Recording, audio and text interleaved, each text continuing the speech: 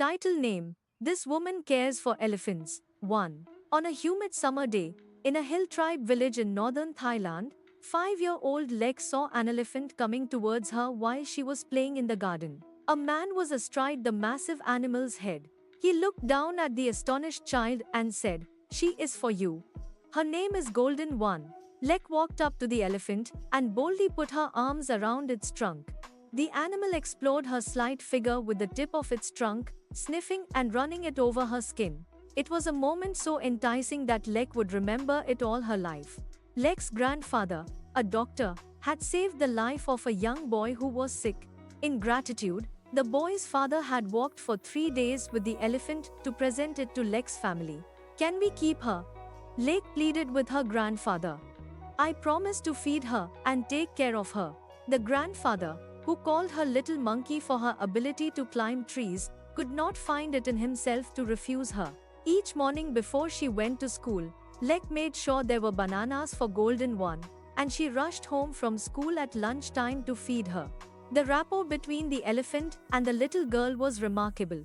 Within weeks, little monkey was even running up Golden One's trunk and perching on her head. As Lek grew older, she developed the ability to coax Golden One into helping her with small jobs, such as carrying rice or vegetables from the fields to their village.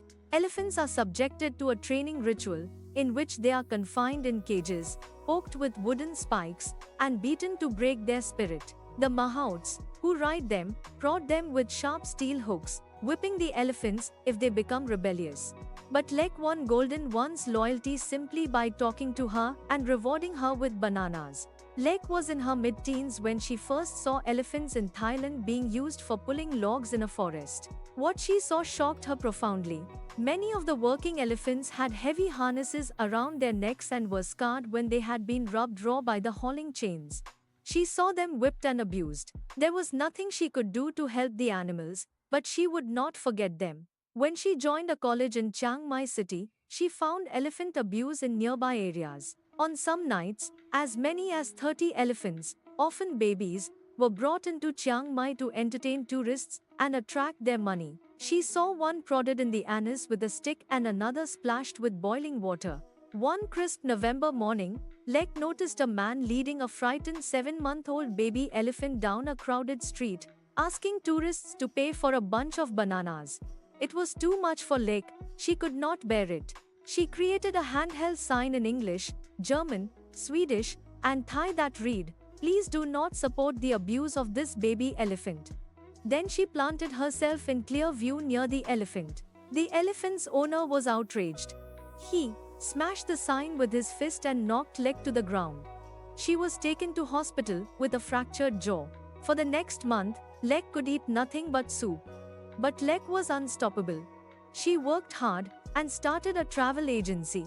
She learned to use the media and conservation organizations to draw people's attention to the plight of Thai elephants. When she exposed the widespread use of sharp metal hooks on elephants, she and her travel agency colleagues got death threats from people fearing it would harm the country's tourism industry. Her travel agency's window was smashed with a brick.